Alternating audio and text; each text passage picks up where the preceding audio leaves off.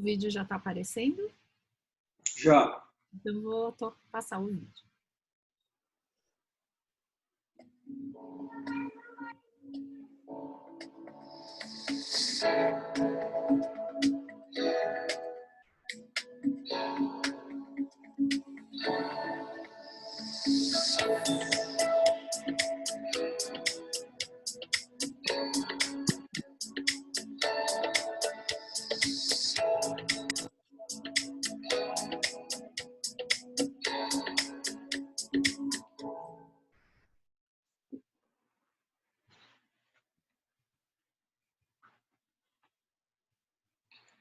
Então, assim, só para introduzir o pessoal, né? Então, gostaria primeiro de agradecer a Ipsen por todo o auxílio para permitir que a gente possa fazer esses encontros e conversar e, na realidade, aprender com grandes nomes da oncologia do Brasil e que tem grande experiência no tratamento dessas patologias, né? Então, agradecer o Dr. Diogo Bugano, que é um oncologista clínico do Hospital Albert Einstein, né? Então, um amigo de longa data, de vários eventos científicos em conjunto, e que assim, a gente relembrou que no nascimento da filha dele, ele era responsável do evento científico, ele teve que sair correndo para acompanhar o parto da filha, isso foi há 2 anos. Então, são exatamente no mês de novembro, então por isso que a gente relembrou dessa particularidade. Só que dessa vez a gente está mais tranquilo, pode ter certeza que o Dr. Diogo vai estar aqui com a gente até o final. E apresentar a todos vocês também o Dr. Márcio Stefani, que é um grande cirurgião oncológico aqui da região norte, né, da nossa cidade aqui do Amazonas, especialista no trato gastrointestinal. Dr. Daniel Lira também, cirurgião oncológico, especialista no trato gastrointestinal. Então, são 2 pessoas que contribuem muito, ajudam muito a gente. Na realidade, a gente que ajuda eles, né? Porque são pessoas extremamente competentes e a gente aí só está junto para agregar o time e poder trazer o melhor tratamento para os nossos pacientes. Então, Dr. Márcio e Dr. Daniel, então, como moderadores, por favor, continuem aí essa apresentação. Sim, agradecendo aqui o convite para ser moderador aqui dessa aula, que é um assunto tão difícil, né? E que a gente, como cirurgião, apesar de ter uma função ali inicial e muito importante, que na maioria das vezes a gente é que pode levar uma cura do paciente, a gente acaba necessitando de tratamento multidisciplinar, e aí entra a importância do oncologista clínico, do radioterapeuta e dos outros profissionais da saúde envolvidos na oncologia. Agradecer aqui ao Dr. Diogo Bugano. Acredito que todos conheçam, eu me dispus a fazer uma apresentação dele. Ele é um médico oncologista clínico formado pela Faculdade de Medicina da USP, com residência em clínica médica pelo Hospital das Clínicas de São Paulo e de oncologia pelo MD Anderson Cancer Center, no Texas. Atualmente ele trabalha no Centro de Oncologia e Hematologia do Hospital Israelita Albert Einstein e se foca no tratamento de tumores do pulmão e do trato digestivo, que são, falando dos tumores neuroendócrinos, né, são as principais fontes de tumores neuroendócrinos. Do Márcio. Boa noite a todos. Gostaria de agradecer aí o convite aí feito pelo professor Fuzita, né, para a gente participar dessa palestra aí do Dr. Diogo Bugano, que é extremamente bem conceituado, bem experiente no tratamento aí dos tumores neuroendócrinos, né. É importante essa salientação que o Daniel fez no nossa ajuda aí num time, né, que tem que ser formado por diversos especialistas em poder levar um tratamento, quando não curativo, mas de grande importância em relação ao controle de doença, de sintomas, né? A integração de um time bem formado, com diversos especialistas aí, como o cirurgião, que vai lidar no dia a dia com o tumor neuroendócrino propriamente dito, o oncologista clínico bem concentrado nessa patologia, assim como os médicos radiologistas em oncologia, todo um suporte, do ponto de vista nutricional, cardiologista, né? É bem interessante essa conversa que a gente precisa ter para definir conduta em pacientes que têm uma doença que, embora seja indolente, leve a uma razoável mortalidade e normalmente se apresenta já num cenário sistêmico que exige bastante do profissional que vai lidar com esse tipo de patologia.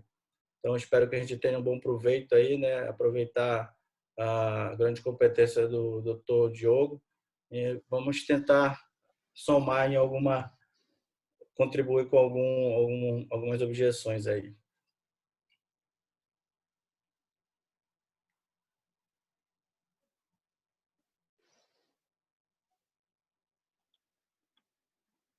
Se nós podemos iniciar então a aula, doutor Diogo Bugano, fique à vontade para iniciar assim que decidir. Gente, obrigado pela introdução, né? A gente estava comentando, né, que essa história de teleaulas ficou muito mais fácil, né? Eu ainda não tinha ido para Manaus, né? Já trabalho com o Fusita há alguns anos, a gente já fez alguns projetos juntos aí, mas eu estava devendo a saída para Manaus. Eu ainda estou devendo, tá? Isso aqui não substitui, mas eu estou feliz de poder estar falando com vocês. A gente em São Paulo tem o privilégio de poder trabalhar em grandes centros que a gente se especializa, né? Então, eu sou um oncologista que praticamente só vejo tumor de trato digestivo hoje em dia, né? Então, você acaba pegando mão no negócio e acaba se atualizando muito nessa literatura, né? Eu vou tentar compartilhar um pouco disso com vocês, né? E deixa eu tentar compartilhar aqui.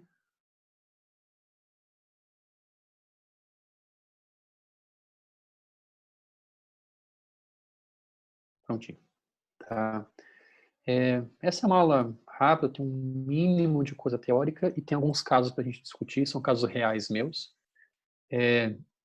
Quem já veio discutindo neuroendócrino, né, sabe que no final das discussões eu sempre falo que, no fundo, meio que tudo está certo, né? A gente tem que lembrar que essa é uma doença que, em muitos casos, é indolente, tem uma série de tratamentos disponíveis e que, independente das decisões que você for tomar, você vai acabar rodiziando e sequenciando os tratamentos todos, né? Então, é claro que vai ter muita divergência de opinião, né? Porque, no fundo, a gente está discutindo muito mais ordem de tratamento do que se um tratamento funciona ou não, né? Então, faz parte ter divergência nessa história e a gente pode discutir um pouco disso aqui. Tá aqui meus conflitos de interesse, né? Aqui o primeiro gráfico que eu queria mostrar para vocês, já está um pouco antigo, de 2015, mas mostrando em tracejado a incidência de cânceres ao longo dos anos nos Estados Unidos, e teve um discreto aumento aí, de 94 até 2010. Em preto, a incidência de tumores neuroendócrinos. Então, poxa, parece que está aumentando a incidência de tumores neuroendócrinos. Então, vivemos uma epidemia de tumores neuroendócrinos, né? Mas quando você vai ver o estadiamento desses tumores, então em preto é o estadiamento dos incidência de neuroendócrinos metastáticos ao diagnóstico. E está mais ou menos igual ao longo do tempo, né? Em cinza está incidência de neuroendócrinos em geral ao longo do tempo. Então esse aumento de incidência, na verdade, é um aumento de diagnósticos de neuroendócrinos localizados, que a gente acredita são, na verdade, achados incidentais. À medida que a gente faz mais e mais tomografia, mais e mais colonoscopia, a gente vai encontrar neuroendócrinos de intestino, neuroendócrinos de estômago, neuroendócrinos de pulmão, neuroendócrinos de pâncreas, que a gente talvez nunca diagnosticasse ou que demorasse muito tempo para diagnosticar. Então, ninguém acha que a gente vive uma epidemia de neuroendócrino, a gente acha que a gente está fazendo mais achados incidentais de neuroendócrino ao longo dos anos. Falando o mínimo possível de patologia e fisiopatologia, tá? A classificação que todos conhecem, que tinha sido atualizada em 2010, de dividir os neuroendócrinos em bem diferenciados e pouco diferenciados. O bem diferenciado grau 1, grau 2, e tinha os valores de corte aí de número de mitoses e de expressão de Ki67, ou o indiferenciado grau 3, tá? Essa classificação, né, e a gente tem dois grandes cirurgiões aqui discutindo, ela foi baseada em resultados cirúrgicos. Então, a classificação grau 1, grau 2, grau 3 não tem a ver com resposta a tratamento sistêmico. Tem a ver com risco de recidiva após cirurgia, tá? Isso que a gente mostra nesse gráfico, que os tumores grau 1, e aqui todos os neuroendócrinos, independente do sítio primário, tem muito pouco risco de recidiva após a cirurgia, grau 2, grau 3, assim por diante, tá? O que a gente descobriu, tá, mais recentemente, é que esses grau 3 em si são um grupo muito heterogêneo. Porque se vocês verem a classificação antiga, ela fala que para ser grau 3 basta ter Ki67 acima de 20. Bem, a gente tinha nesse bolo tumores com Ki67 de 21 e tumores com Ki67 de 99. E o Ki67, vocês lembram que é um marcador de proliferação. Estudando um pouco mais, eles dividiram esse tumor grau 3 em dois novos grupos. O que eles chamaram de NET grau 3, ou tumor neuroendócrino grau 3, o que eles chamaram de NEC, ou carcinoma neuroendócrino. E descobriram que são duas doenças completamente diferentes. O NET grau 3, por mais que seja o grau 3, ele é muito mais próximo do NET grau 2. Então ele tem um Ki67 não tão alto, 25, 30. Ele tem uma expressão preservada de P53, expressão preservada da proteína RB. E vocês lembram que o P53 e o RB são genes de reparo do DNA. Então, se eles têm a expressão preservada, quer dizer que é um DNA que se repara, é um tumor que não tem tanta mutação assim. O NEC, ou carcinoma neuroendócrino, esse sim tem um Ki67 muito, muito alto. Esse tem perda de P53, e a perda de P53 na imunistoquímica é vista como expressão anômala em excesso de P53. Então, a célula tem um P53 mutado que não funciona. Para compensar, ela tenta fazer mais e mais e mais e mais P53. Aparece um monte de P53 na imunistoquímica. Isso é ruim, porque esse é um P53 não funcional. E ele tem perda da proteína RB. Então, quando você tem aquele pensamento de que o neuroendócrino grau 3 é igual ao tumor de pequenas células de pulmão, está dizendo o carcinoma neuroendócrino. Tá? E você tem um grupo que é o NET grau 3, que é muito mais próximo do NET grau 2. Tá? E o que isso significa? Primeiro, o prognóstico. Tá? Então, aqui é uma publicação de cânceres de pâncreas, comparando sobrevida do NET grau 3 com o NEC. O carcinoma neuroendócrino tem um prognóstico muito pior. E que eu trabalho mostrando a taxa de resposta à quimioterapia baseada em platina. É aquela coisa que a gente pensava, olha, o NET grau 3, por ser parecido com um tumor de pequena célula de pulmão, vai responder muito bem à platina, só vale para os NECs, para os carcinomas neuroendócrinos. Você vê que quanto mais alto o Ki67, mais taxa de resposta à platina. Tá? Então, o que a gente pensava antigamente como NET grau 3 é o que a gente chama hoje em dia do NEC. E tem um subgrupo de NET grau 3 que, na verdade, é muito parecido com NET grau 2. Isso impacta um pouco o tratamento. Essa classificação atual, tá? Então, você vai classificar ainda como grau 1, grau 2, grau 3, com base em achados na patologia, Ki67, índice de mitose.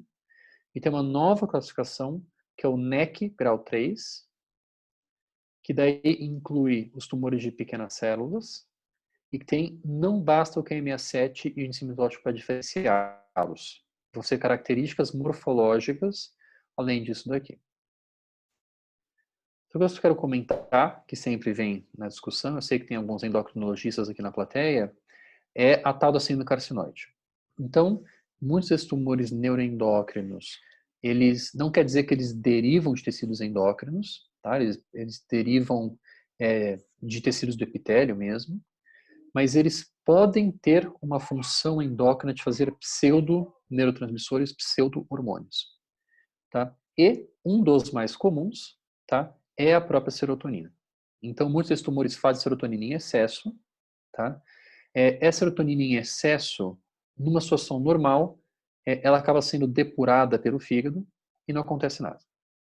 Quando muito, você vai ver os produtos da degradação dessa serotonina em excesso na urina, que é o ácido 5-hidroxianoleico, que é o 5-HIAA. Porém, quando você tem um fígado com uma função prejudicada, com várias e várias metástases hepáticas, a serotonina em excesso não vai ser degradada, vai continuar no corpo, e daí a gente vai ter uma síndrome serotoninérgica, que a gente chama de síndrome carcinoide, que ela é marcada por ataques, crises, que podem ser coisas leves, do tipo palpitação, até coisas assim muito impressionantes, não sei se já vivenciaram isso. O paciente faz palpitação, angedema, já viu o paciente fazer angedema com dispneia por causa do síndrome carcinoide, palpitação e diarreia.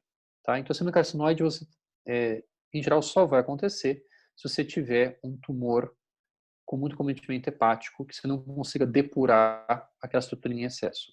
Se você tiver um fígado bom, você vai ter pouca ou nenhuma síndrome carcinoide, mas você ainda vai conseguir dosar essa serotonina na urina. Tá? E aqui um pequeno comentário. Então, como diagnosticar síndrome carcinoide? Além do quadro clínico, o ideal é você dosar esses marcadores, e o mais confiável, mais prático, é o exame de urina. Porque ele mostra uma média da quantidade de serotonina no corpo nas últimas 24 horas. Tá? Existe em laboratório a serotonina sérica para ser dosada, mas um exame que não é confiável, um exame que demora, e não é confiável porque ele varia muito de acordo com a situação do corpo e com a dieta. A gente sabe que dietas ricas em triptofano aumentam a serotonina. Tem comidas que deixam você feliz, chocolate, café, etc. Então, dosar algo assim após tomar café ou comer chocolate vai ter um aumento falso de serotonina. Tá? Notem que aqui eu não estou falando de cromogranina. A cromogranina é um outro produto feito pelo tumor endócrino que não tem ação biológica, não está ligada ao síndrome carcinoide, por isso não aparece nesse gráfico. E a síndrome carcinoide acaba entrando no diagnóstico diferencial da diarreia. E o Fuzito comentou que tem uma equipe multi aqui. O diagnóstico e manejo da diarreia no tumor endócrino é muito complicado. Porque você tem sim a própria síndrome carcinoide, que dá um quadro de diarreia, mas esse quadro é uma crise que tem um quadro todo florido e também diarreia. Raramente vai ser só diarreia, e realmente vai ser uma coisa crônica, vai ser uma coisa episódica. Tá? O mesmo tumor, o mesmo paciente pode ter outras causas de diarreia. Então, você tem pacientes que vão ter diarreia por causa de complicações da cirurgia. Então, o paciente fez uma pancreatectomia para tratar um tumor endócrino de pâncreas e tem uma diarreia por insuficiência pancreática. Você vai ficar achando que é síndrome carcinoide na insuficiência pancreática. Né? Você tem diarreia por síndrome de desabsorção. Então, você pode ter também insuficiência pancreática ou você pode ter feito uma grande ressecção intestinal, muitas tumores são de íleo, e levar a diarreia por má absorção.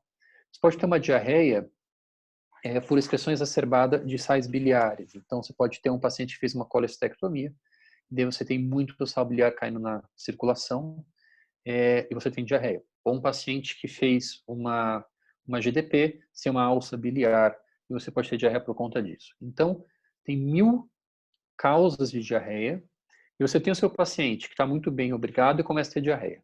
E fica aquele medo, ai meu Deus, será que é o tumor endócrino saindo do controle? Além do quadro clínico, você pode e deve usar, sim, a dosagem do 5-HE urinário. Por quê? Se esse número estiver baixo ou diminuindo, a diarreia não é síndrome carcinoide. Isso vai quebrar a cabeça e pensar nas outras causas todas aqui. Tá? Um pouco da cromogranina. A cromogranina, então, ela tem certo papel na confirmação diagnóstica. Aqui é uma meta-análise comparando sensibilidade e especificidade da cromogranina para detectar um tumor carcinoide. Então, é uma coisa bem específica, tem poucas outras causas de aumento de cromogranina, né, no dia a dia, tá? Não é tão sensível, nem todo tumor carcinoide aumenta a cromogranina. E aqui é um outro trabalho mostrando a correlação entre níveis de cromogranina e captação do tumor por o dotatate, que é um análogo de somatostatina. Então, aqui a pergunta é, será que a cromogranina é correlacionada a um tumor mais bem diferenciado, que capta mais somatostatina? E a resposta é não. Tá? Aqui nesse gráfico, captação e nível de cromogranina tem uma correlação, mas ela é muito frouxa. E vamos aqui comparar com, de novo, os níveis 5HA urinário muito mais linear. Por que essa história inteira? Eu tenho um esforço, uma jornada pelo Brasil, para que as pessoas parem de pedir cromogranina no acompanhamento do tumor neuroendócrino. Cromogranina é um exame que só serve no diagnóstico diferencial. Isso no neuroendócrino não é, tá? Na definição de tratamento, a cromogranina não te ajuda. Na definição, se o tumor está melhorando ou piorando, a cromogranina não te ajuda. E lembrem que pouquíssimos lugares do Brasil fazem cromogranina. Quase sempre esse teste envia para fora do país e demora pelo menos 15 dias para sair. Então, eu mesmo raramente peço cromogranina no meu dia a dia. Isso que eu tinha que falar de parte teórica. Vamos passar agora alguns casinhos aqui. Eu não sei como vocês querem fazer, se eu passo o caso inteiro ou se a gente para alguém fazer um comentário, tá? Mas então essa primeira é uma moça de 60 anos, sem comorbidade nenhuma, e ela tinha feito um ultrassom de abdômen para investigar a esteatose hepática, e 3 anos atrás achou uns nódulozinhos hepáticos que no ultrassom estavam como sugestivos de hemangioma. Eles acompanharam esses nódulos por 3 anos e sempre estáveis, sugerindo hemangioma. Até que, um dia, esses hemangiomas resolveram crescer. E nesse momento que eles estavam crescendo, ela começou com um quadro de diarreia diária, sem rastro cutâneo. Como estava crescendo, ficou a dúvida se aquilo era hemangioma mesmo ou não. Foi feita uma biópsia e veio como um tumor neuroendócrino.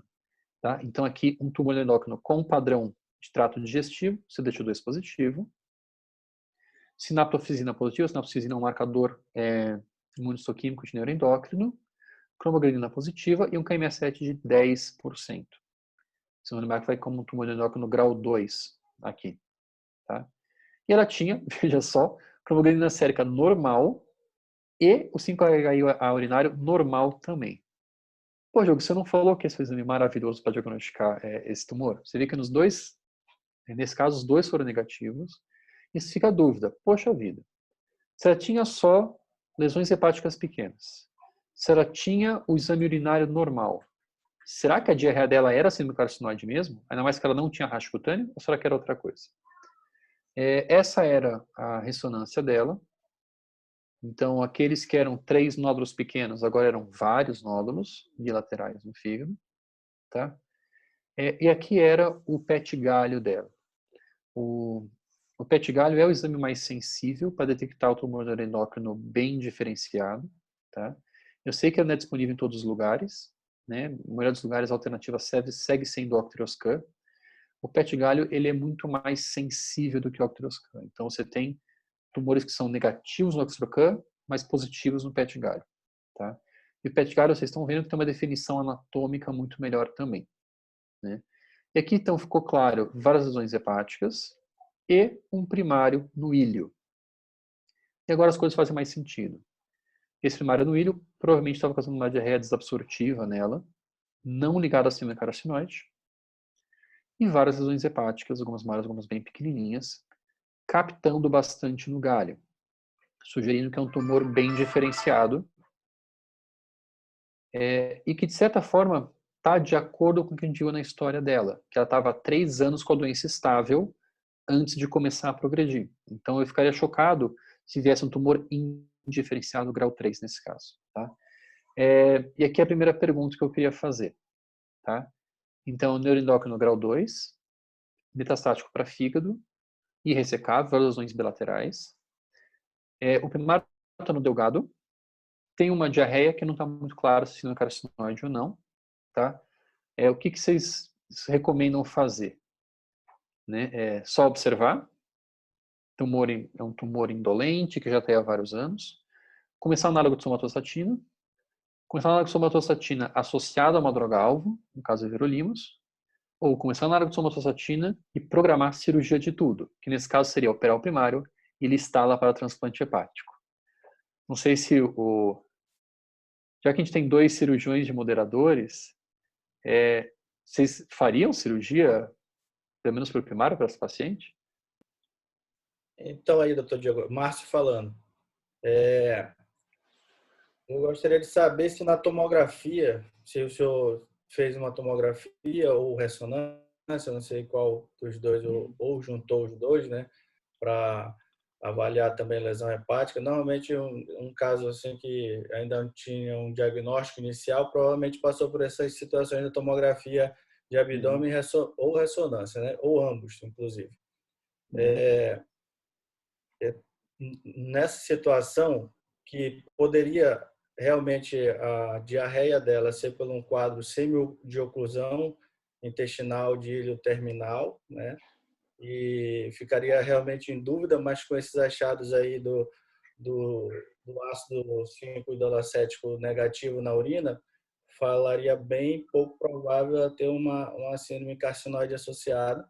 Então, eu como cirurgião, se tivesse uma imagem mostrando o delgado com uma leve dilatação a montante aí, da lesão mostrada pelo PET galho 68, eu optaria por fazer uma ressecção primária, né, da lesão do intestino delgado, embora não fosse possível fazer uma ressecção citorredutora completa devido às lesões múltiplas no fígado, né?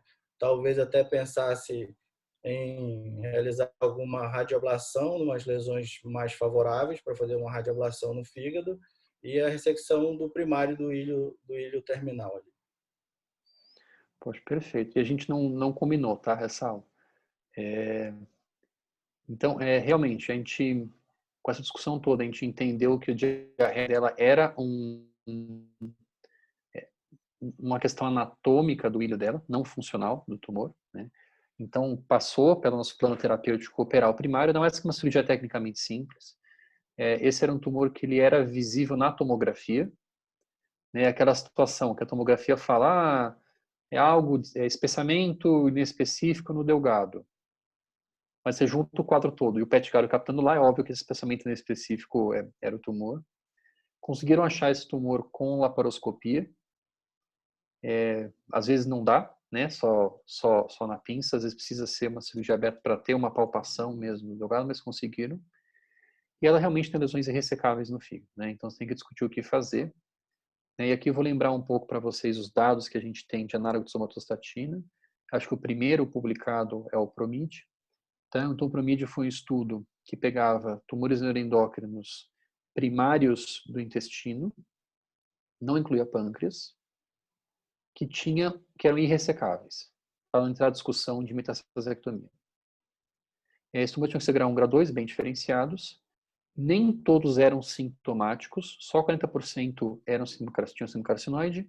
Alguns tinham operado o primário, alguns não. Tá? E eram tumores ao diagnóstico. Tá? Eram 4 meses desde o diagnóstico. E foram randomizados a placebo ou sandostatin, que é o octreotide LAR. E nessa época, já sabiam que o octreotide era bom para manejar sintoma. A pergunta desse estudo é se ele, além de manejar sintoma, tinha um impacto na história natural da doença, ou se era só um medicamento paliativo.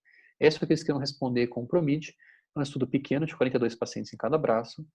Resultados, poxa, todo mundo já sabe. O braço octreotidilar teve ganho de PFS, tá? Quase dobrou o PFS, sem impacto em sobrevida global. É aquilo que eu falei no começo aqui, que esses tumores grau 1, grau 2 são tumores indolentes e que você, depois da progressão, o paciente ainda vive anos. Então você vai, bem ou mal, expor esse paciente a todos os tratamentos possíveis e daí fica um aviso para os oncologistas, então não vão com muita sede ao pote. Você não precisa progredir um pouco, já troca para a segunda linha, progredir um pouco, já troca para a terceira, que logo você vai esgotar todas as linhas e o paciente vai viver mais 15 anos sem linha de opção terapêutica. Tá? E realmente o PROMID, então, não teve ganho de sobrevida global, porque o paciente vivia após a progressão. Então ficou claro que o sandostatin tinha papel antiproliferativo, tá? Mas também ficou claro que são tumores indolentes e que vivem muito tempo depois que você progride ao tratamento. Um pouco mais recente, a gente tem os dados do estudo Clarinet. O Clarinet é o estudo que comprovou a eficácia do lanreotide. O Clarinet fez um pouquinho diferente. Então, aqui ele incluía os carcinoides, que são os tumores do intestino, mas também os neuroendócrinos de pâncreas. ele permitia tumores grau 1 ou grau 2, mas ele limitava os grau 2 até QM7 menos do que 10, para pegar um tumor um pouco mais diferenciado. Pegou apenas tumores não funcionantes, mas que captavam no octreoscan.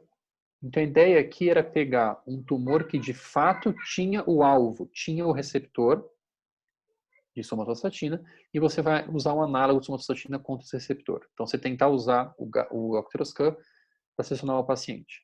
Eles pegaram tumores não funcionantes porque nessa época eles já sabiam que essas drogas controlam sintomas. Então, para não ser antiético, só podia colocar no estudo tumores não funcionantes. E como eles já sabiam que que o sandostatin era uma droga ativa, eles colocaram nesse estudo apenas pacientes com doença estável. Eram pacientes que estavam acompanhando há 6 meses sem progressão de doença.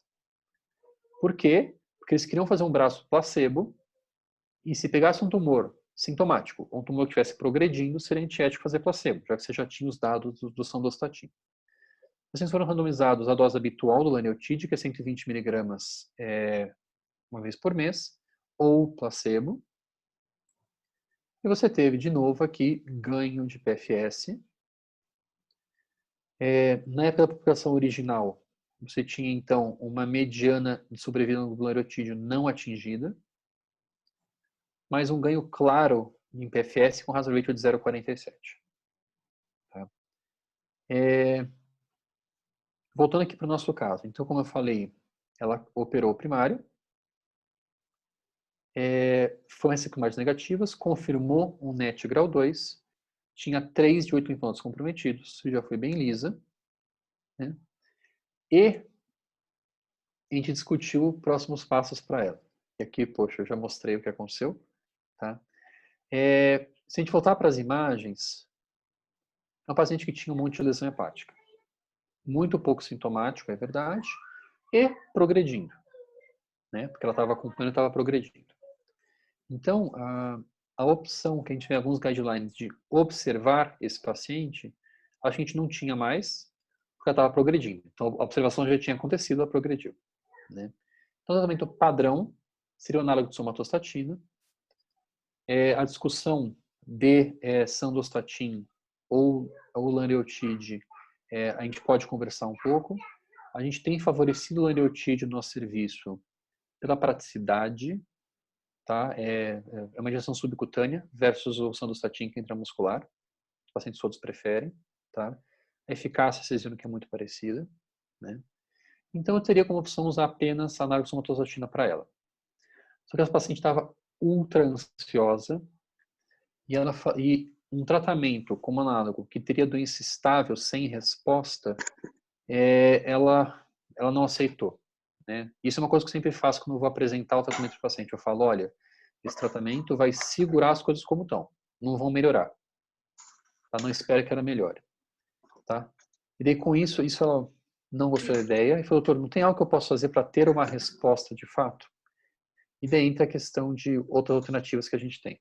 Tá? A gente discutiu no nosso board multidisciplinar, a gente propôs uma quimioembolização para ela. Os tumores neuroendócrinos, eles, em geral, são bastante vascularizados. Até uma das formas de diferenciar o neuroendócrino de pâncreas do adenocarcinoma de pâncreas. O neuroendócrino de pâncreas são nódulos pancreáticos bastante vascularizados. E por ser bastante vascularizado, eles também são bastante responsíveis a tratamento com quimioembolização hepática, como se fosse um hepatocarcinoma. Em geral, a quimioembolização é guardada como um tratamento de resgate para metástases hepáticas de tumor neuroendócrino ou como um jeito de manejar uma síndrome carcinoide sem controle. Então, monte meta hepática, você fez o análogo, continua com bastante síndrome carcinoide, você usa o recurso da quimioembolização para controlar. Nesse caso, excepcionalmente, por esses desejos e ansiedade da paciente, a gente optou por fazer a quimioembolização upfront. Aqui, a angiografia pré-tratamento. Né, e vocês conseguem ver os vários tumorezinhos, as metástases hepáticas dela, todas captando bastante contraste. E o resultado pós-embolização, que os nossos intervencionistas chamaram de resultado vascular ótimo. Né? Você não vê mais tanta captação nos tumores. Tá? E essa evolução dela, ela foi mantida com análogo de somatostatina. Esse é o baseline, uma ressonância. Aqui é a tomografia de segmento. Essa paciente tem 2 anos de segmento com essa resposta mantida. Tá? Talvez, e muito provavelmente, eu tivesse atingido doença estável, mantendo ela com análogo apenas nesse meio tempo. Tá?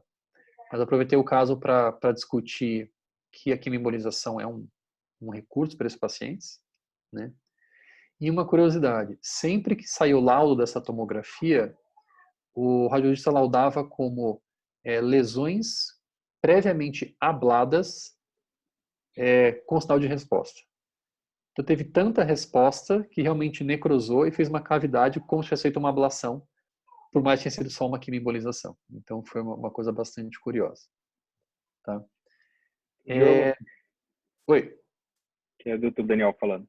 Eu ia te Fala. perguntar exatamente isso. Tem uma imagem se eu puder voltar, aqui nessa imagem do quadrante inferior esquerdo, que está aparecendo, parece que tem uma ablação aqui no lobo, talvez segmento 3 ali. Isso. E eu queria te perguntar, o paciente depois da cirurgia, ela ficou assintomática? A diarreia ficou. Né? Ah, que bom. E Então daí era foi isso mesmo, né? Então confirmou aquela hipótese que eu tinha, que vocês tinham também, né?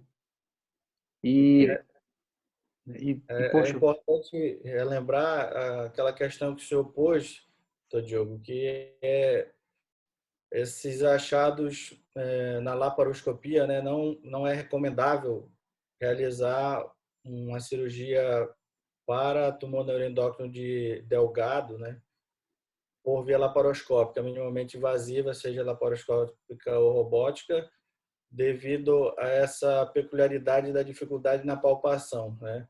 Ali, embora o PET galho seja bastante específico em captar a área de doença em atividade, ele nem sempre localiza de forma adequada a topografia anatômica, né, exata para o cirurgião atuar de forma precisa com uma cirurgia minimamente invasiva.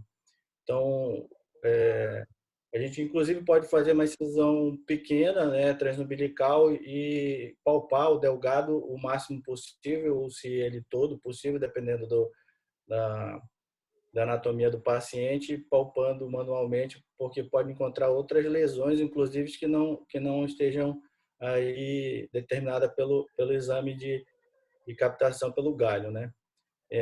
A gente pode até perceber aí pela imagem, né, da captação o quanto tem de atividade no fígado realmente, né? Não condiz com o tamanho da lesão, né? Isso é importante, inclusive, quando se for planejar um tratamento cirúrgico para o fígado, né?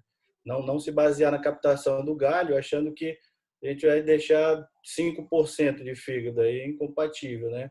Na verdade, tem que combinar esses exames de imagem para que a gente possa realmente realizar um planejamento. E outra observação que eu faço é justamente essa que o Daniel ele comentou, mas eu vou em outro sentido, que é justamente as complicações de uma embolização transarterial, né, da artéria hepática, que pode evoluir uma quimioembolização com uma cavitação, abscesso pancreático de difícil controle, inclusive futuramente, né? Se romper a cápsula, inclusive fístulas biliares para a cavidade peritoneal, mas é por isso que é necessário aquilo que a gente comentou no início, um time que resguarde todo esse tipo de procedimento, né, com o radiologista intervencionista que possa nos ajudar se caso ocorrer um abscesso cavitário por necrose pós-quimioembolização, né? Poxa, já que você comentou, uma coisa que eu lembrei mesmo, né? Todo mundo notou que essa imagem desse PET galho é muito mais feia do que a ressonância de fato da paciente. Fala, meu Deus, tem muito mais doença aqui nesse fígado. Você vê a ressonância, tem bastante doença, mas parece menos do que o PET galho, né? Realmente, a correlação anatômica não é 100%. O PET galho, assim como o PET CT, acaba exagerando a imagem. E até por isso que a gente faz o exame, né? A gente quer que o negócio pequenininho pareça bem grande e a gente encontre. Mas tem uma peculiaridade no PET galho é que as pessoas confundem o PET galho com o PET CT. Tá? O PET CT, então a gente usa uma glicose marcada e um aumento de captação no PET CT desde que as condições do exame tenham sido as mesmas, significa aumento de atividade metabólica. E na nossa cabeça significa pior, significa progressão de doença. Tá? No PET galho, o aumento de captação significa que tem mais receptor de somatostatina. Então significa que está mais diferenciado. Não significa que está tendo mais metabolismo. Então, você dizer que de um PET galho para o outro aumentou a intensidade da captação, não significa mais metabolismo, não significa progressão de doença. Significa que está apenas captando mais do marcador, tem mais receptores de somatostatina lá. Você só vai definir progressão de doença no PET. E a gente comentou que a anatomia, o tamanho das coisas no PET galho ficou um pouco prejudicado, ficou um pouco exagerado. Então, você não tem como recurso o tamanho da doença para dizer que cresceu e nem a quantidade de captação, a quantidade de avidez do exame para dizer que cresceu. Então, só vai definir progressão de doença pelo PET galho se tiver doença nova. Isso é uma coisa que volta e meia o não especialista se confunde e assusta os pacientes.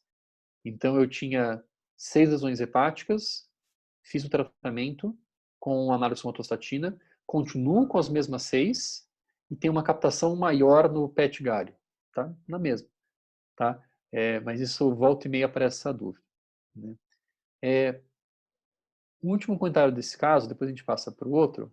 Então, essa mulher agora, ela está há 2 anos com doença estável, tomando análise de somatostatina, com primário ressecável, tá? E ela tem agora 62 anos. Muito bem, obrigado. E ela vai viver o resto da vida dela. Tá? A gente sabe que, por melhor que tenha sido a resposta dela, por mais indolente seja a doença dela, uma hora vai progredir. Esse tratamento não foi curativo. Tá? E daí surge sempre a discussão sem fim se a paciente deve ser transplantada ou não. Tá? Existe, né, o transplante para tumor neuroendócrino. No Brasil, ele necessita de uma aprovação especial da Câmara Técnica, tá? Mas volta e meia é trazido para discussão. E, em geral, favorece o transplante do tumor neuroendócrino, claro, para paciente jovem, que vai viver tempo suficiente para o tumor neuroendócrino crescer e matá-lo. Tumores grau 1, grau 2, tumor primário ressecado, sem doença extrahepática ou doença retroperitoneal. E daí que está a pegadinha. Eles falam doença estável há pelo menos 6 meses. E não deixam claro se é estável por si só ou estável às custas de tratamento. Daí que entra as discussões sempre. Essa é uma paciente que seria uma potencial candidata a transplante. E é muito difícil a decisão, porque o bom candidato ao transplante é o paciente sendo muito bem obrigado.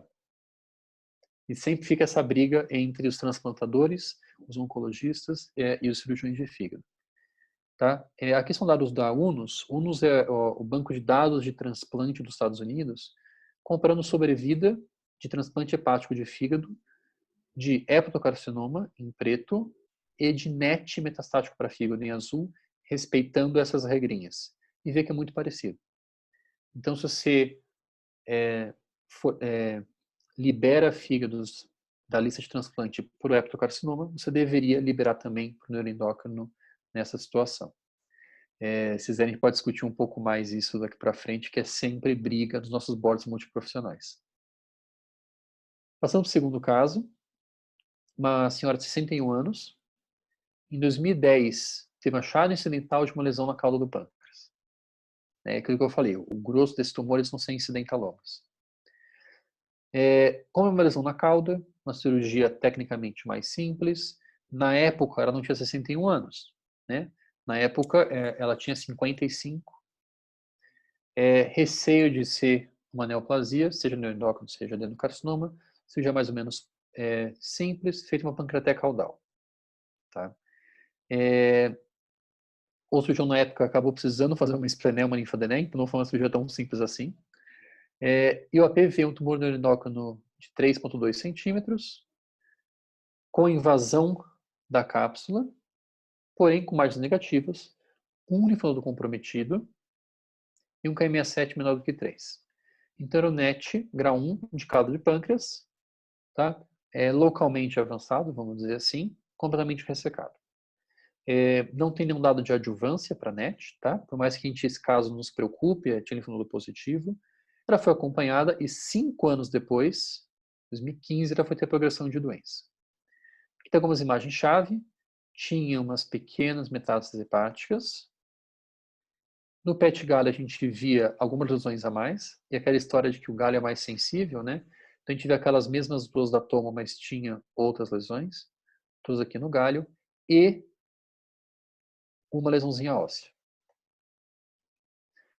E aqui é a mesma pergunta, né? O que a gente vai fazer com essa paciente? É um pâncreas, NET grau 1, agora com progressão de doença, com uma lesãozinha óssea apenas, nesse caso assintomática, a senhora foi achada no exame de acompanhamento. E as mesmas questões aqui, se a gente deve observar, se deve usar análogo somatostatina, análogo com uma terapia-alvo, se a gente deve usar o lutécio radioativo como tratamento, tá? Ou fazer tratamentos locais agressivos. Eu posso fazer uma quimioembolização do fígado e radioterapia da coluna, mais ou menos como eu fiz no outro caso. Para ajudar a vida de vocês, tá? Vamos lá. A questão observação, eu não acho que é possível nesse caso, afinal ela estava acompanhando e surgiu algo novo, então ela está progredindo, então observação apenas não é adequado. Análise de somatostatina, a gente discutiu no outro caso, que essa é a paciente do clarinete, é uma paciente que tem um NET grau 1, de pâncreas, com lesão irressecável, progredindo, assintomática. Então, análogo é uma alternativa. Juntar o análogo com uma outra terapia-alvo que também é ativa no tumor endócrino, isso foi tentado, tá? Esse foi estudo por MID2, que randomizava os pacientes a análogo com ou sem a droga-alvo, no caso, everolimus. O estudo foi negativo, tá? Então, em linhas gerais, situações em geral, você não vai fazer essa estratégia. Então, essa alternativa ficou de fora, tá? Essa paciente, como era assintomática, então foi começado, tá, análogo para ela. No caso, o colega que cuidava dela preferiu fazer octreotide. Lembrando que ela é um pâncreas e os tumores de pâncreas não eram incluídos no PROMIT. Então, se você quiser seguir a literatura, você deveria ter feito lanreotide. Só que, para surpresa de todo mundo, ela teve uma progressão de doença em 4 meses de tratamento. Então, esse que era um tumor grau 1, que demorou 5 anos para recidivar. Você começa o análogo e rapidamente ele progride, né? Então, você vê que você pode esperar qualquer coisa do neuroendócrino, né? Você nunca sabe o que vai acontecer. E como a gente sabe que progrediu, né? Então, a gente vê as lesões hepáticas, de novo, mais ou menos as mesmas. Diogo, essa aqui parece um pouco maior. Aquilo que eu falei, o tamanho no galho não é muito confiável, tá? Mas a gente teve uma lesão hepática nova e uma lesão óssea nova. Antes ela tinha uma lesão só, agora tem 2. Então, lesões novas, progrediu, tá? E daí a pergunta. Então, ela progrediu ao análogo e o que fazer, tá? E aqui eu listei todas as alternativas corretas, tá? Tudo isso aqui tem dados na literatura. Então, de novo, tratamentos locais agressivos, quimioembolização, irradiar as 2 coisinhas lá no osso, associar uma terapia-alvo, associar uma terapia-alvo e manter o análogo pós-progressão, fazer quimioterapia, fazer o teste radioativo ou o lutécio com químio, tá? Não vou pedir para vocês responderem isso, porque é muito difícil, só para mostrar os dados disso, depois a gente discute um pouco. Então, os dados de tratamento com droga-alvo, o principal e o primeiro que a gente teve foram os dados do everolimus, tá? O estudo Radiant 3 pegava neuroendócrinos de pâncreas, que tinham progredido, tá, ao tratamento prévio. Metade tinha tomado análogo de somatostatina, metade tinha tomado quimioterapias. Randomizou a placebo ou everolimus. O everolimus teve um ganho claro de PFS, um hazard ratio de 0,34. Posteriormente, a gente teve dados parecidos do sunitinib, desenho bem parecido, pâncreas, grau 1, grau 2, progredido a tratamento prévio, randomizado a sunitinib, a dose de uso diário, 37,5 diário ou placebo, De novo, ganhando vantagem do sunitinib com hazard ratio de 0,42, muito parecido com o que a gente viu lá do everolimus, né? Com uma taxa de resposta muito pequena. Tá? Então, o oncologista está muito acostumado a ver esse tipo de gráfico, talvez outros especialistas não estão. Isso é chamado de waterfall plot. A ideia é que cada barrinha seja um paciente, e aqui a gente veja a mudança máxima de tamanho do tumor. Para cima o tumor cresceu, para baixo o tumor diminuiu, e você vê várias diminuições do tumor, mas em geral diminuições pequenas e poucas diminuições ali acima de 30%, que é o que a gente em geral considera como resposta clínica. Então o tumor diminui, mas diminui muito pouquinho. Tá? O que a gente tem de novo? A gente tem um antiangiogênico mais potente do que o sunitinib, é chamado lenvatinib. Esse estudo Talent, ele tinha 2 braços, ele tinha um braço de tumor do endócrino de intestino virgem de tratamento, e um braço de tumor do endócrino de pâncreas que tinha falhado everolimus. No braço que falhou everolimus, ele tinha bastante resposta, 40% de resposta. Tá? Como sobrevida de 14 meses, mas não tem um braço comparador. A gente tem aqui uma droga ativa após a falha de everolimus. Então, fica começando a ficar mais claro na nossa cabeça alguma ideia de sequenciamento dessas drogas. Não posso deixar de falar do lutécio radioativo, tá? Que é outra opção para esse paciente. O desenho aqui, de novo, se a gente for querer seguir o desenho, né, bonitinho. Primário de intestino, grau 1 ou grau 2, não entrava pâncreas, que tinha falhado na hora de somatostatina e que tenha pelo menos uma lesão positiva no Octreoscan. Os pacientes eram randomizados a seguir com o análogo, mesmo tendo falhado o análogo, mais lutécio por 4 aplicações, ou dobrar a dose do análogo. O estudo foi fortemente positivo, tanto em PFS quanto em sobrevida global. Isso levou à aprovação do lutécio radioativo como tratamento de segunda linha para NET de intestino após falha de somatostatina nos Estados Unidos. No Brasil já era aprovado antes, e não tem esse detalhamento de que obrigatoriamente tem que ser intestino, de que obrigatoriamente tem que ter falha de somatostatina. No Brasil a aprovação é para NET, metastático apenas. Tá? E para pâncreas, a gente tem que falar um pouco de quimioterapia. Se a gente voltar aqui para os desenhos dos estudos, a gente vê o próprio everolimus, ele foi testado em pacientes que tinham falhado quimioterapia prévia. Então, para o NET de pâncreas, a gente tem alguns dados de quimioterapia. Antigamente se usava um esquema com streptozotocina, 5-FU e adriamicina, que era ultra tóxico, né, muita náusea, etc. Mais recentemente tem se definido muito o CAPTEM. CAPTEM é capsaicina e temozolomida, um esquema oral. E a gente tinha já há muitos anos trabalhos como esse com bastante resposta. Daqui uma taxa de resposta de 60%, uma coisa surpreendente. Claro que quando você vai pegar um estudo de braço único e vai transformar no estudo randomizado, você vai ver que o benefício não é tão grande assim como se achava. Esse foi estudo randomizado, pensaram na ASCO de 2018, NET de pâncreas, grau 1, grau 2, que tinham progredido a tratamento sistêmico. 1/3 mais ou menos tinham tomado everolimus prévio, randomizados a temozolomida sozinha ou temozolomida mais capecitabina. O grupo combinação teve um ganho de PFS, quase dobrou o PFS. Né? E daí fica a dúvida, será que a gente não pode, não deve misturar tudo? Será que eu não posso fazer lutécio e análogo de somatostatina e quimioterapia? Tá? Tem alguns grupos tentando fazer isso. Esse é um trabalho prestado na ASCO GI desse ano, um grupo australiano, que fez um estudo randomizado a lutécio ou CAPTEM, a quimioterapia, ou lutécio com CAPTEM. E o que eles mostraram é que não teve ganho de PFS, mostrando que talvez um tumor mais indolente, bater mais forte, não seja tão importante assim, mas teve um ganho de taxa de resposta quando se associava quimioterapia ao lutécio.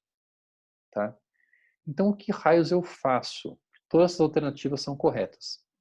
Isso aqui é um gráficozinho que o James Yao, você mostra na aula dele. O James Yao é o primeiro autor do estudo Radiant. Então, ele é o cara que provou que o everolimus funciona. Tá? Isso aqui é o que ele pensa na cabeça dele. ele tenta colocar num gráfico o volume de doença e a taxa de proliferação. Uma doença com baixo volume, com baixa proliferação, crescendo devagar, pouco sintomática, deve tomar um tratamento mais leve. Um paciente com alto volume de doença e alta proliferação deve tomar um tratamento mais pesado. Tá? O que aconteceu nessa paciente? Então, lembra que ela tinha um volume médio de doença, tinha várias lesões hepáticas, assintomáticas, mas tinha 2 lesões ósseas. E todo o receio dessas lesões ósseas de causar instabilidade do osso, fratura e eram lesões em coluna cervical. Então, quem cuidava dela foi um colega meu, considerou ela como uma paciente que precisava de mais resposta e optou por fazer o lutécio. Tá? Foi aplicado o lutécio que ao longo do ano de 2016 e isso aqui é o follow-up. Então, a gente vê que várias lesões não captam mais o análogo de somatostatina porque elas foram mortas pelo lutécio. Tá? E agora a gente pode abrir para alguma discussão.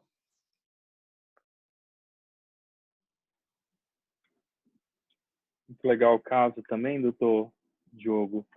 Eu queria te perguntar algumas coisas, só para questões de diagnóstico da progressão de doença. Como que o senhor fez para confirmar que não era um segundo primário, por exemplo? Você já fez o PET com galho e por conta do PET com galho você definiu ser metastático do primário do pâncreas? Poxa, então boa pergunta. Então, eu comentei que a gente só vai poder dizer de progressão de doença no galho se tiver lesão nova, né? Claro, se você estiver acompanhando o paciente com tomografia, um aumento de volume já passa com progressão de doença. Então, aqui teve lesão nova, tá? No fígado e no osso. Você falou, bom, mas como que eu provo que isso é neuroendócrino e não é uma outra metástase de mama, por exemplo, né? Uma mulher pode ter câncer de mama. Que isso é um PET galho, não é um PET CT, não é um PET FDG. Então, é um marcador que marca especificamente neuroendócrino.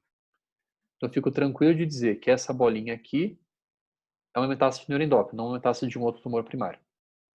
Né? O que já aconteceu comigo, tá? Não em fígado, mas hemangiomas ósseos podem captar um pouco do galho. Então, já tive situações em que estava tudo bem no fígado, teve uma captaçãozinha a mais de galho na coluna, e, ai meu Deus, uma metaóssea. Mas aí você vai ver na tomografia, na parte de tomografia, o aspecto radiológico é muito típico do hemangioma, daí o radiologista te dá bastante certeza de que não é tumor, é hemangioma. Mas aí são desafios do galho. Outros desafios são pacientes que têm disfunção renal com uma creatinina acima de 1,7, né? Uma disfunção hepática Child B. Aí eu acredito que talvez o galho tenha que pesar bem, se vai realmente realizar, se vai acompanhar com estudos de imagem, com ressonância ou a tomografia, provavelmente a ressonância sem contraste, né? Fica muito complicado de achar realmente lesão, porque quando compara-se o PET galho com a ressonância, a gente encontra lesão no PET galho, né? Mais do que 40% aí de lesão em atividade, né? Com doença, na verdade. Se é funcional ou não é outra história. Mas Perfeito. esse paciente aí do segundo caso, realmente é um paciente que, para tumor neuroendócrino de pâncreas, na cauda do pâncreas, né? Acredito que o colega que fez a ressecção fez uma boa opção na esplenectomia devido à necessidade de linfadenectomia, né? Lesões de 1 a 2 centímetros, é obrigatório fazer uma linfadenectomia peripancreática, devido ao índice chegar até 10% de acometimento nodal. E era 3,2 centímetros no AP a lesão, então eu acredito que ele foi bem acertada a escolha dele na pancreateca com esplenectomia para contemplar a linfadenectomia. E esses pacientes que são menor que 1 centímetro de pâncreas, eles podem, a opção de observação, que o senhor falou antes, né?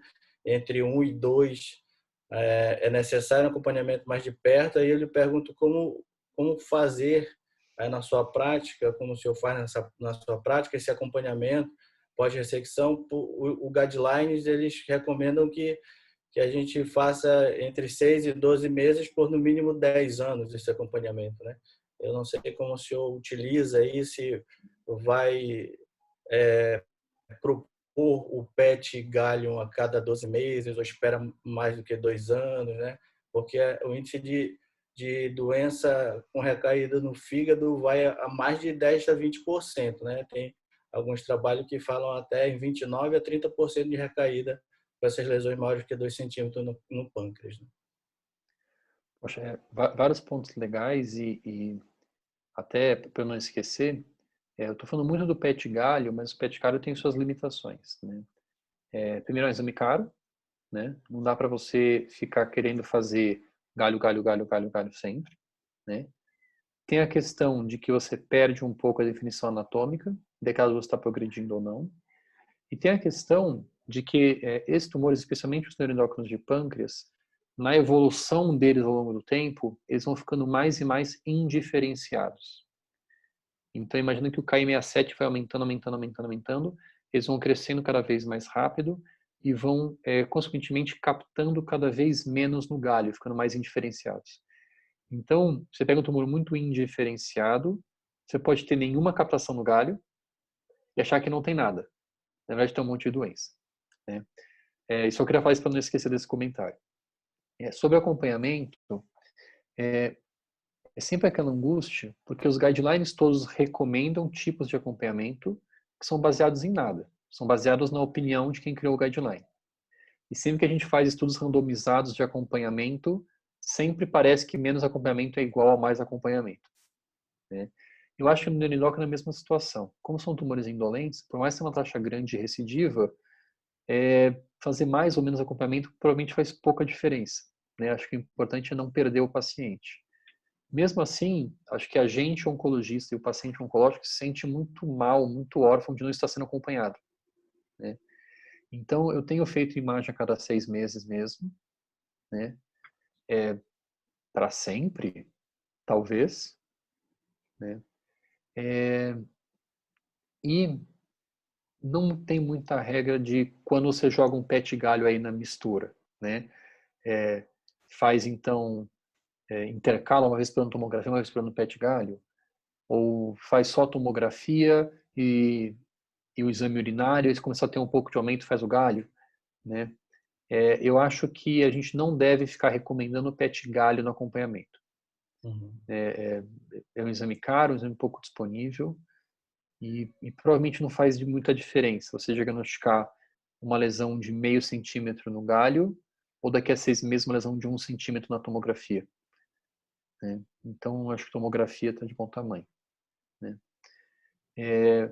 E a angústia do neuroendócrino, especialmente no endócrino de pâncreas, que vai um pouquinho pior do que o de cólon, que você resseca, tem um tumor grande com linfonodo positivo e que não tem adjuvância para se fazer, né? E continua não tendo adjuvância para se fazer, né? Então, acho que você levantou esse número, é bem verdade, né? Por mais que o tumor indolente, ele tem uma chance razoável de recidivar ao longo do tempo e a gente não tem nada para fazer a respeito, a gente fica só acompanhando mesmo. Legal, só avisar aí os participantes, eu acho que a gente tem agora 21 participantes, então quem quiser fazer algum comentário, alguma pergunta, por favor avisa aqui no chat que a gente abre para quem quiser falar. Pode falar, Márcio. Não está contemplado nos casos clínicos aí, mas o senhor, como tem já bastante experiência e trabalha quase que exclusivamente, como falou previamente, com o trato gastrointestinal para neuroendócrino, uma questão que eu acho difícil assim no acompanhamento, e não sei se aí entra o PET galho a ser realizado, são aquelas lesões de reto, que elas são pequenas lesões, né, um T1, né, pelo NCCN, pelo TNM, desculpa, e eles são passíveis de ressecção endoscópica, né, feita ali uma ressecção e fica indeterminado se a margem está positiva ou negativa pelo uso da energia, né, a margem fica sem uma avaliação adequada e um tumor intermediário, que sugere-se um acompanhamento a cada 6 meses com uma ecoendoscopia, uma ressonância por difusão para ver se tem lesão progredindo ou não. E será que aí o galho ele caberia para avaliar ou não faria sentido, se ele der positivo, em a gente, se vier uma lesão que progride, já indicar a ressecção anterior de reto, em vez de uma nova ressecção transanal ou uma ressecção endoscópica para ampliação de margem, a depender da altura do reto, se vai levar para uma amputação abdômen perineal, se vai só manter uma ressecção bem restrita, endoscópica. Você me pergunta bem para especialista mesmo, mas tudo bem, né? A gente não tem feito PET galho nesse acompanhamento, tá? Tem a questão de que o que você quer achar são recidivas ultra precoces, uma coisa recrescer na parede, né? E para isso a própria ressonância e o exame, né, proctológico, sigmoidoscopia, etc., acabam sendo melhores do que um PET ou PET galho mesmo, né?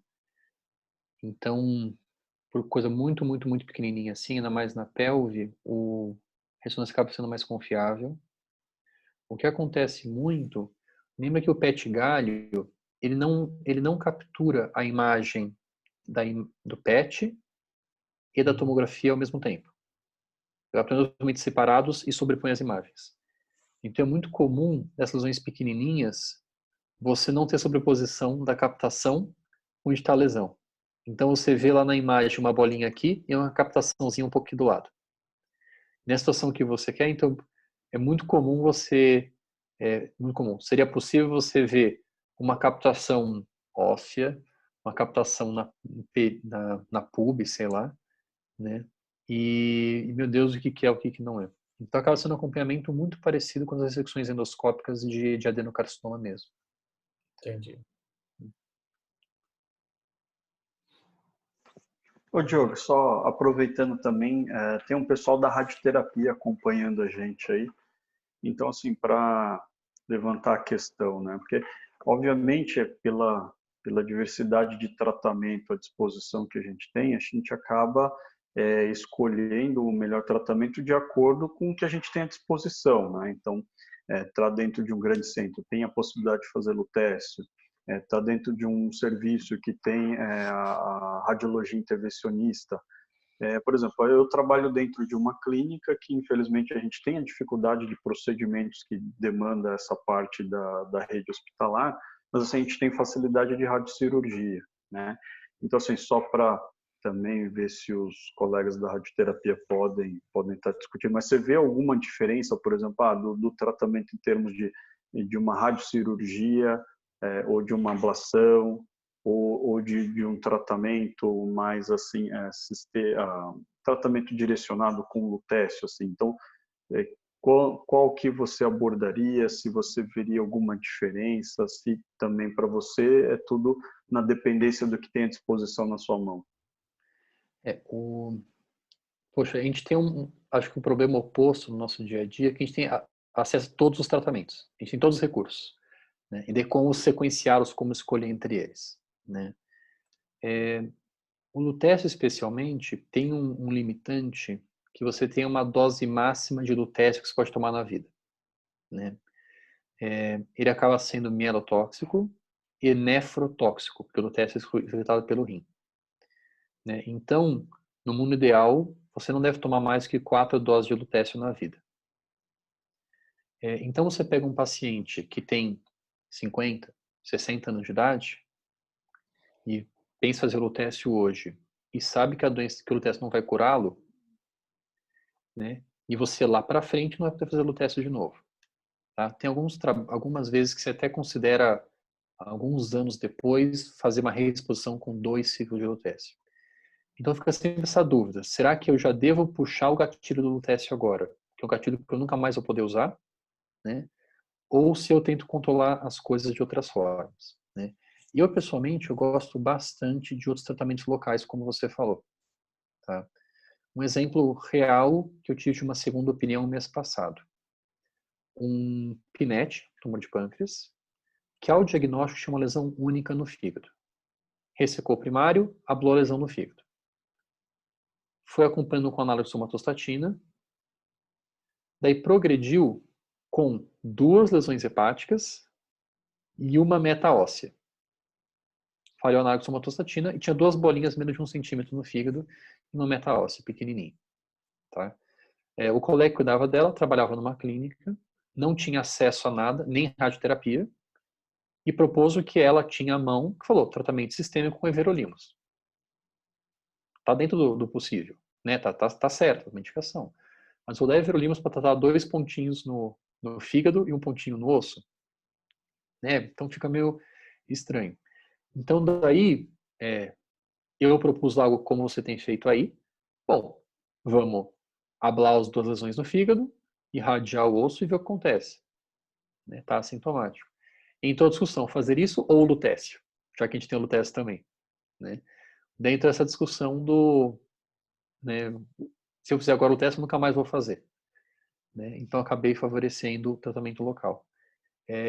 Isso que acaba sendo, acho que, o bonito e o pesadelo do neuroendócrino. Que todo caso se pode discutir um monte, todo caso tem 1000 caminhos certos, tem que individualizar. Né?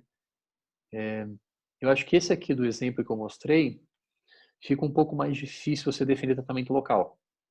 Tem um monte de lesão hepática, tem 2 lesões ósseas, né? Mas um negocinho menorzinho faz todo sentido mesmo. Para complementar aqui, doutor Diogo, no caso de sintomas de compressão radicular ali, você tenta o lutécio ou já é um indicativo de fazer a radioablação? A radioterapia, desculpa. Poxa, boa pergunta, tá? O efeito do lutécio, ele é demorado, tá? Então, o tratamento completo do lutécio dura 8 meses. Então, são 4 aplicações feitas a cada 2 meses. Tá? Às vezes você consegue agilizar e fazer em 6, mas 8 meses. Tá? Então, se tiver uma emergência, de fato, não dependa do lutécio. Né? Você vai fazer ou uma cirurgia, né? Vai operar, descomprimir cirurgicamente, ou usar a radioterapia como a gente usa em outras compressões medulares. Perfeito. Doutor Diogo, aí no serviço do senhor, essas lesões hepáticas, o senhor tem algum indicativo assim de quando indicar uma ressecção cirúrgica, só uma lesão única? Porque lesões pequenas, até 3 centímetros, no máximo 5, longe de vaso, a gente pode optar pela radioablação, e depende da indicação, inclusive, da performance do paciente para submeter ressecções cirúrgicas, né, da lesão hepática. Lembrando que a ressecção da meta do neuroendócrino, ela é mais favorável para a ressecção em relação ao hepatocarcinoma ou meta de coloretal, devido à característica da metástase hepática, né, ter como se um envoltório capsular que facilita uma enucleação no fígado, evita grandes ressecções, isso poupa parênquima, isso é bem favorável para o paciente. Então, 3, 4 lesões, o senhor acha melhor ressecção ou favorece a radioablação? Eu acho que o manejo de cada lesão individual, né, vai depender do que você falou, da localização da lesão, do tamanho da lesão, etc. Tá? Eu acho que pega no neuroendócrino que a gente raramente vai ter poucas lesões. Uhum. Né? Normalmente vai ser tipo esse caso que está sendo mostrado aqui, várias lesões. Né? Então, a própria ablação, a gente não vai considerar por ser muitas lesões, e quando muito vai discutir quimioembolização. Né? Então, a situação que você tem até 3 lesões, né, que você vai considerar operar, ou que tem um pouco mais, mas são quase todas no fígado, num lobo só, né? São muito raras. Né? Eu mesmo lembro de pouquíssimos casos que a gente discutiu ablação e ou cirurgia. Né? Numa situação dessas, que eu optei por um tratamento local desse tipo, eu acho que as lesões pequenininhas, a gente sempre vai favorecer a ablação. Né? Mas realmente, uma lesão muito perto de vaso, ou muito perto da superfície da cápsula hepática, né, a cirurgia acaba sendo mais prática e mais segura. Né? A ablação bem perto da superfície é complicado. Né? Na prática, eu acho que acaba combinando terapias. Né? Você acaba entrando, resseca e nucleia as mais superficiais e abla uma outra mais profunda. Eu acho que é isso que acaba acontecendo. Mas muito raro nodulectomias em neuroendócrino.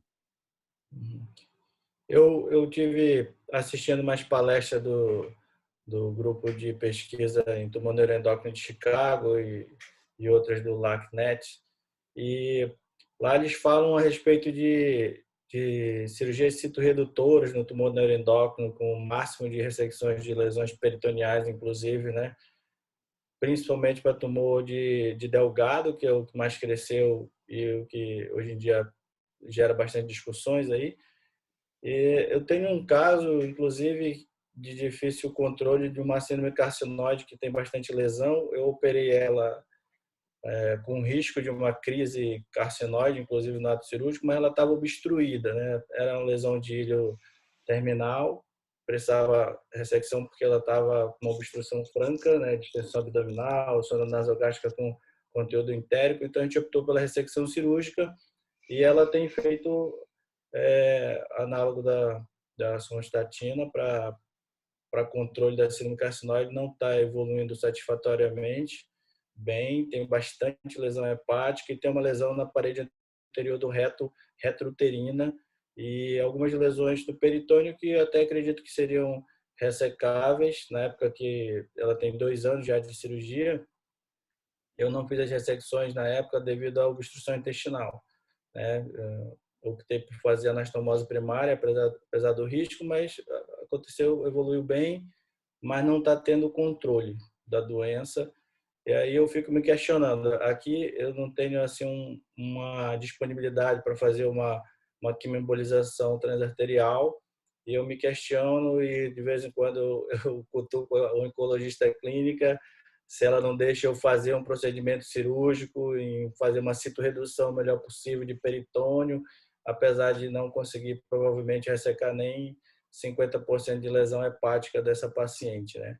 E um outro questionamento, o senhor acharia que era válido fazer um procedimento citorredutivo nessa doente? E o outro questionamento é para essas pacientes que a gente já sabe que tem síndrome carcinoide pela sintomatologia, se utiliza na prática realmente aí um tratamento prévio para evitar a crise carcinoide do ato cirúrgico, né, com octreotídeo sendo utilizado aí no tratamento. Você tem uma outra modalidade de tratamento que evite essa crise carcinoide, que é catastrófica e tem uma mortalidade maior que 60% aí quando ocorre, né, no ato cirúrgico. Poxa, ótimo. Por coincidência, eu estava discutindo não sei se você conhece o Dr. Marcelo Bruno Rezende, que é um cirurgião de fígado aqui do hospital e cirurgião de transplante, uma situação parecida. Então, no caso dele, ele era um tumor com uma metástase única de 10 centímetros no fígado, altamente sintomática. Né? O debulking cirúrgico é uma coisa que a gente ouve falar muito pouco, porque ele acaba sendo uma terapia, que você falou, é salvadora. Né? Você não tem mais o que fazer e vai tentar limpar o que dá. Né? E tem até alguns guidelines que falam de quantidade que você tem que tirar do tumor para chamar de um debulking adequado ou não. Né? É uma terapia de exceção, né? Mas que num tumor indolente, caso que você falou, poxa, 2 anos, né? E que não tem outra alternativa, se é seguro, você está embasado na literatura. Tá? Eu mesmo nunca vi fazer. Né? Realmente, normalmente esses casos de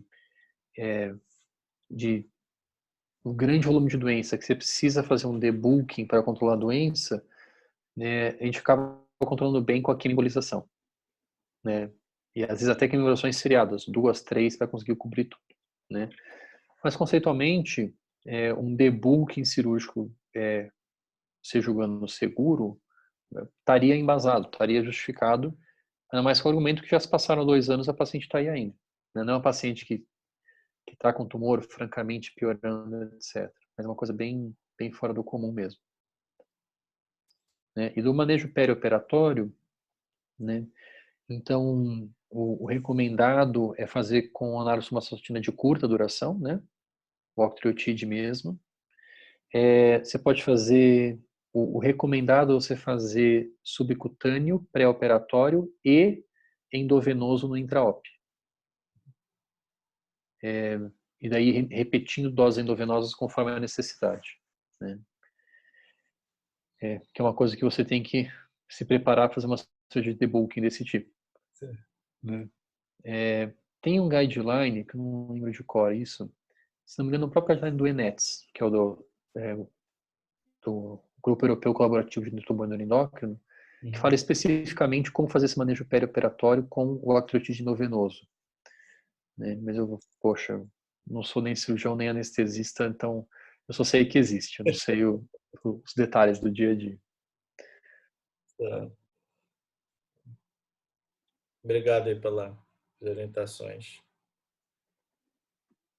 Essa situação do Márcio a gente vê bastante assim, acho que a gente dedica mais ao serviço privado, né, Diogo? Mas a gente vê bastante no serviço público, né? Então acho que a limitação de recurso, tratamento e linhas de tratamento, acho que acaba até mesmo facilitando e permitindo a justificativa de tais procedimentos invasivos, né? Porque às vezes é a única coisa sobre a vida global, mas pelo menos a controle de sintomas, né? Então, às vezes, essas lesões muito grandes começam a causar sintomatologia. No SUS de vocês aí, vocês são do SUS que tem acesso à análise de somatostatina de longa duração ou não? Sei que são poucos que têm acesso. Rapaz, boa pergunta. E aí, Márcio, eu não atuo no setor público. Então, eu não sei responder ao certo porque a oncologia clínica, não sei qual eles usam lá, a poli só faz octreotide mesmo, até onde eu sei, lá no SECOM. Agora, ela está tentando introduzir outras drogas, mas é muito complicado, ela manda documentação, mas não tinha adquirido nenhum novo, só estava mesmo no octreotide, até onde eu sei. Que isso, poxa, eu, claro, acompanho bastante isso, né? Existe uma PAC para tumor neuroendócrino, só que ela, em geral, ela não cobre o valor desse análogo de longa duração, né? E daí, então, ou o serviço tem que se organizar para cobrir a diferença ou não tem acesso. E o que deixa a gente mais frustrado é que se você vê a recomendação da Conitec, a recomendação é de que análogo de longa duração funciona, é uma alternativa, mas que como já tem uma PAC, eles não acham que a PAC deva ser mudada e que as pessoas que comprem o remédio com o dinheiro da PAC. Então, Complicada a situação. É muito frustrante. Algumas situações, por exemplo, a gente tem, apesar de trabalhar no setor privado, mas a gente tem muita necessidade de manter uma viabilidade na relação, né? No tripé entre paciente, seguradora e o serviço privado. Né? Então, o que a gente tem utilizado é avaliações, principalmente em custo, né? Então, assim, lá na clínica hoje a gente tem como se diz, padronizado somatulini, né? Principalmente devido a valores, né? E, obviamente, a equivalência em relação à eficácia do tratamento. Assim, é algo que é engraçado, né? Que às vezes dentro do próprio serviço público, a gente, mesmo sabendo dessas diferenças em termos de custo, benefício e tal, existem regras tão engessadas que não permitem a troca ou agregar outro arsenal, outro medicamento dentro do serviço, podendo até mesmo reduzir custos, né? Sendo que o serviço não necessitaria mais subsidiar ou subsidiaria menos tentando encaixar dentro da PAC. Uma história, eu uma história interessante, quando a gente começou a usar a Somatoline, né, eu tenho usado bastante também, é que veio lá o representante, me falou, olha, doutor, o Somatoline, ele é muito parecido com o Sandostatin, ele é mais confortável para o paciente, e é subcutâneo, o Sandostatin é intramuscular. Eu falei, bom, ok, tudo isso é legal, mas o problema é que se for mais caro, a gente não pode usar. Não, doutor, ainda é mais barato. Eu falei, bom, então acabou. Não tem... Então, né? Então tá bom, muito obrigado. Resolvido, né? Resolvido, exatamente. Deixa o melhor argumento para o final, né? Pô? Doutor Diogo, tudo bem? Prazer, Gislaine. Oi, Tá me ouvindo? tô sim. Sim. Eu sou representante da região, né, que visito Manaus. E aí, só para esclarecer, doutor Márcio, recentemente o Somatoline foi padronizado lá no FCCom. Então, estão ainda na transição. Nós já fizemos a primeira entrega de 60 frascos lá, de 60 seringa, né, que agora tem o novo device, né, que está chegando para novembro, mas chegou o atual, então já está começando essa troca. Aí a doutora Poliana, né, e vocês e os oncologistas vão avaliando quando vai fazer o switch e tudo. Até uma pergunta para você também, doutor Diogo, sua opinião sobre isso? Olha, então, eu honestamente acho que, em termos biológicos, os dois são muito equivalentes, tá? Tem algumas pessoas que defendem que o Lariotide tem uma absorção mais rápida, por ser subcutâneo não intramuscular, e que, portanto, teria um controle mais rápido de sintomas no paciente muito sintomático, tá? Poxa, eu nunca vi muito isso, até porque o paciente altamente sintomático, normalmente ele está internado tomando octreotide subcutâneo em doses altas, até melhorar os sintomas, né? Então, acho as duas drogas bem parecidas.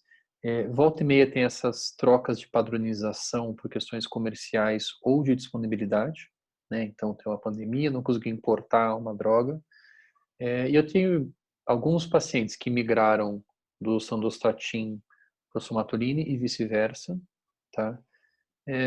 Sem perda de eficácia, tá? E aquele que todo mundo sabe, claro, que o Somatoline é mais confortável por ser subcutâneo, os pacientes todos preferem.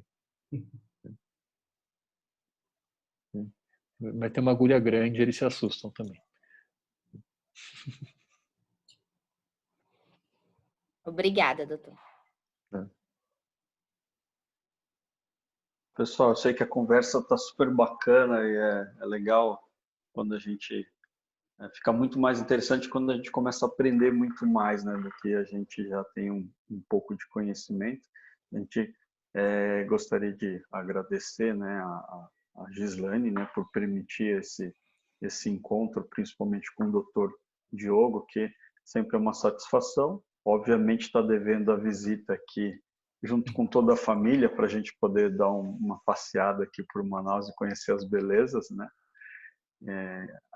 Assim, agradecer ao Dr. Márcio, ao Dr. Daniel também pela disponibilidade e permitir esse enriquecimento na discussão.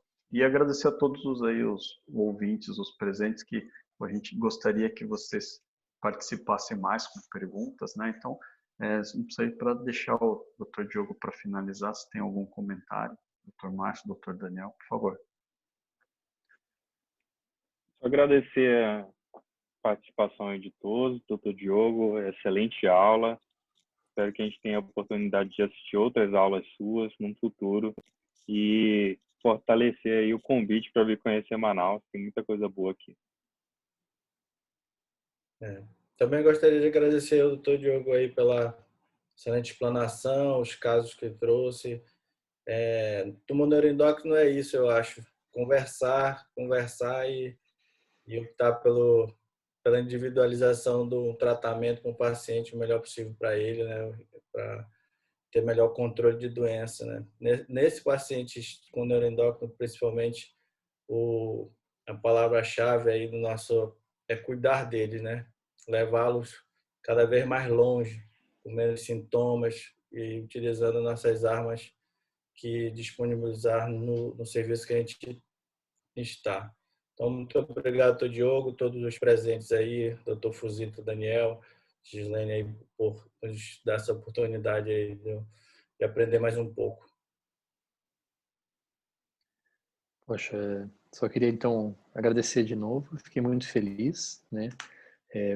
O fuso horário não é tão terrível, né? Então podem convidar a gente mais, tá? Espero poder ter ajudado, né? Outras coisas estou aqui à disposição. Tá bem, não dá por encerrado. Então, boa noite a todos. Boa noite. Boa noite. Boa noite a todos. Obrigada, doutor Fuzita. Obrigada, doutor Valeu, Diogo. Gislaine. Márcio, Obrigado. Daniel, tudo de bom. Um abraço. Mais. Outro, até mais.